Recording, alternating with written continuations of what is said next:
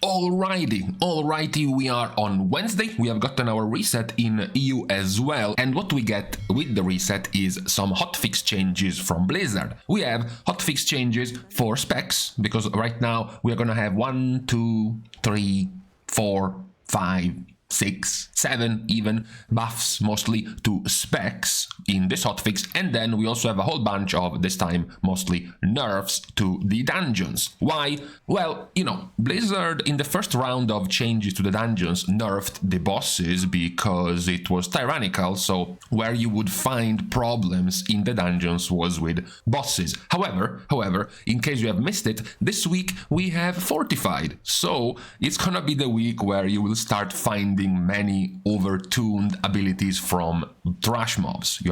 You were already kind of spooked by seeing the damage of certain trash mobs in Tyrannical, so you were like, Jesus Christ, how do you even deal with this pack, for example, on Fortified? God save us. So let's start first with the changes to the specs.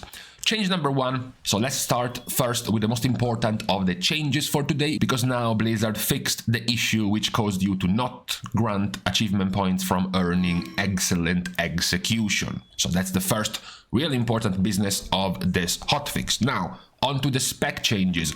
Frost Decay is getting buffed across the board.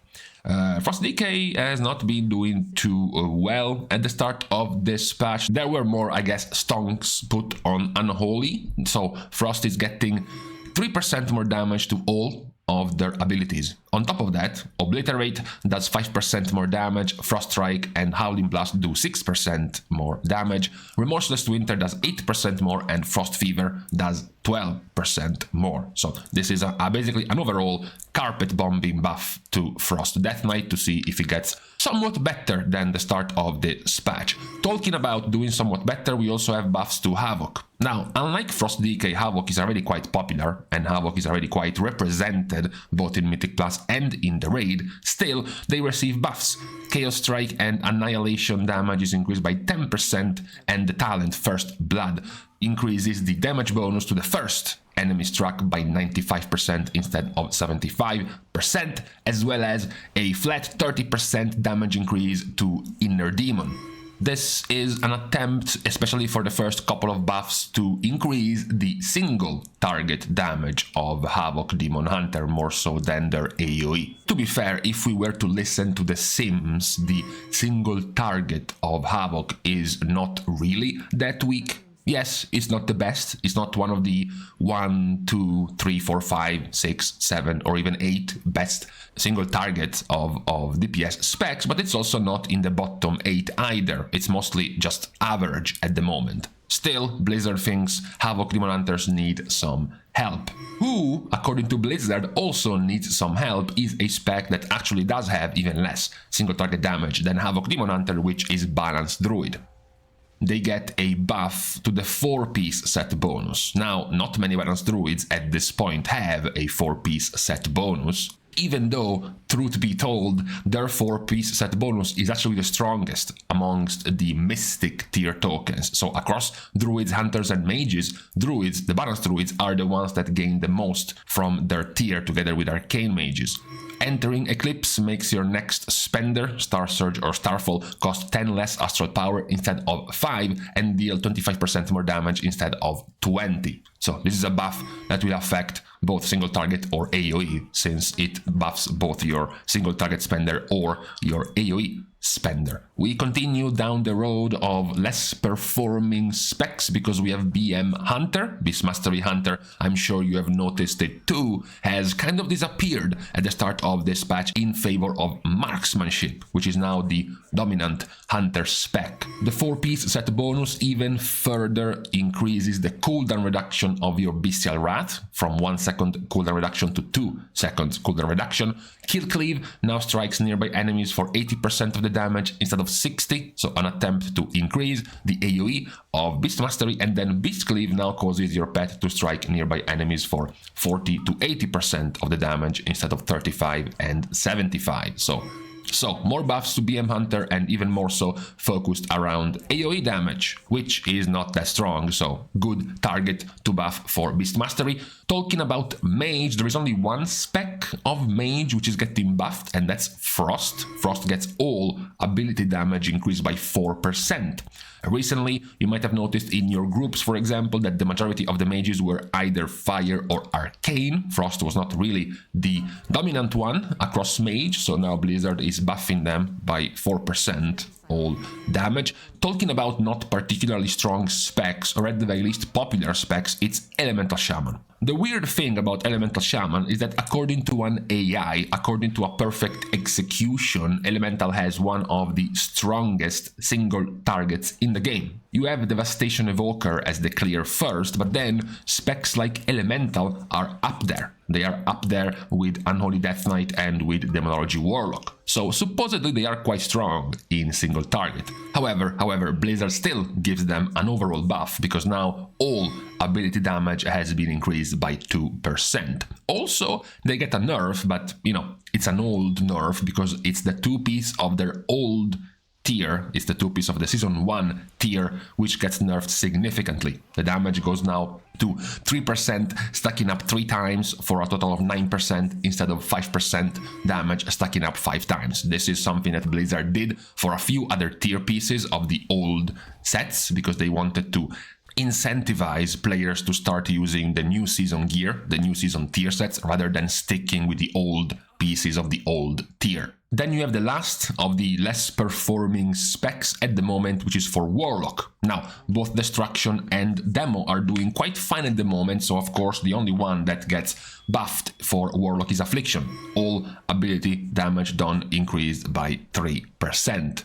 So, at the moment, apparently, Blizzard sees nothing really too wrong with tanks and nothing really too wrong with healers. Because right before the release of the season, as well as right now, in this hotfix, the only specs that were changed were the DPS, at the moment, at the very least. Then we do have changes to the dungeons. Many of these changes will be changes to thrash mobs. As I said, this is Fortified week, so this is where we will start to see where the problems with thrash mobs are going to be. In Brackenhide Hollow, you have Claw Fighters, Vicious Claw Mangle, inflicting less damage, less often, because instead of ticking the damage every half second, it's now doing damage every second. This is what would, generally speaking, murder the sleepy melee DPS, because this was the fixate that would target a player and kill him very, very quickly. And that was already on Tyrannical. So in Fortified, you were bound to basically die in a couple of ticks of this effect. Now, this is ticking 50% more slowly to give you more time to get out of the way, to kite away this fixate and not get like 2-shot. Then you have Toxic Trap damage, reduced by 25%. This is not nearly as relevant because the trap is on the ground, it's a circle on the ground, just don't step in the circle on the ground and you don't have to worry about the damage of this trap. Once again, more help to the brainlit melee DPS players because now Rage Storm in Brackenhide Hollow has a range indicator visual, right? There is a circle now, don't step inside the circle and get 2-shot melee DPS, please. Now, I mentioned most of the changes will be about thrash mobs. However, there is quite a lot of changes to 3-Mouth for Brackenhide Hollow, which is surprising because 3-Mouth is quite the easy boss now after the nerfs. 3-Mouth's health has been reduced by 10%, first of all. You also have the longer cooldown between Grasping Vines, so the suck-in and the consume that happens right after. You also have the drawing effect of Grasping Vines being reduced, so it's easier to resist the pull, and then Gushing Hooves, the spam casts of the ads, now has a 2.5 second cast timer instead of a 2-second cast timer. What is perhaps one of the actual tricky changes which might make the boss actually harder is 3-Mouth no longer moves or casts spells while consuming a player. The reason why this is tricky is because now you need to be very careful in killing the ads on top of the boss. Because if the boss eats the tank, he's not moving, he's just eating him, and the DPS continue to kill the oozes on top of the boss, the tank is inside the boss and the oozes will blow up on the tank and kill him. Previously, this was somewhat avoidable. A melee DPS, for example, could taunt the boss to force him to move out of the Uzis exploding, and then the tank, who is inside the boss, just taunts him back. But now 3-Mouth doesn't move, so if he doesn't move, you need to be careful in killing the adds while the consume is going on for this boss fight. There is only one change to Freehold, understandably is a change to a big damage AoE spell. Very likely, because in Fortified it would have been very dangerous, the Blacktooth Knuckle Duster's Shattering Bellow, so the uninterruptible AoE damage, has been reduced by 10%. The biggest, or rather largest, amount of changes for this week goes to Halls of Infusion Trash Mobs. Containment Apparatus Containment Beam damage has been reduced by 15%. This might be one of the things you were wondering about how to deal with in Fortified, because this was ticking quite a lot already on Tyrannical. This was ticking for like 60-ish% of a player's health when this was happening on a Tyrannical week, and it's basically uninterruptible besides stuns and hard CC, so this was going to be quite dangerous. Now the damage has been reduced. Crushing Tsunami damage has been reduced by 20%, and Crushing Tsunami now moves 20% slower. Now, once again, reducing the damage of an ability that is not supposed to hit you doesn't really matter. If you get hit by this, first of all, you die. Second of all, you messed up. You deserve to die anyways. So that doesn't matter. What matters is that now Crushing Tsunami is 20% slower. That impacts the ability because now it is easier to avoid this tsunami moving towards you during the gauntlet. There is also another help which will play quite handy this week. The safe spot provided by pillars in the infusion chamber extends further behind the pillar. So in case you didn't know, during the gauntlet you could basically hide right behind the pillars in the center of the gauntlet to basically not have to worry about the tsunamis. But, you know, this week was quite tricky because you had storming. So you were like, ha! Easy, I'm just gonna sit here and just do damage ignoring all of the tsunamis, and then a storming hits you, knocks you to the side, the tsunami comes and you die. This week there is no storming, so it's much more easy, it's much more manageable to deal with this mechanic by hiding behind the pillars, and now it's made even easier because now you have like 3 to 4 to 5 yards behind the pillar where you won't be hit by the tsunamis. Also made easier, the trash mobs, the last corridor before the third boss, Refreshing Tides, the heal of the casters, is now interruptible. Previously it was only hard crowd controllable, and now on top of that you can also just straight up interrupt it, which is quite good because those trash packs didn't actually have many things that you could interrupt. It was mostly a whole lot of hard crowd controls and not really much use for your interruptibility. Now you have one target. Now Refreshing Tide is going to be your priority to interrupt in those trash packs. One of the better changes to Neltharion's Lair, no, it doesn't nerf the damage, it doesn't nerf the ability, but it buffs the visual, because Might Stonebreaker's Avalanche now has a visual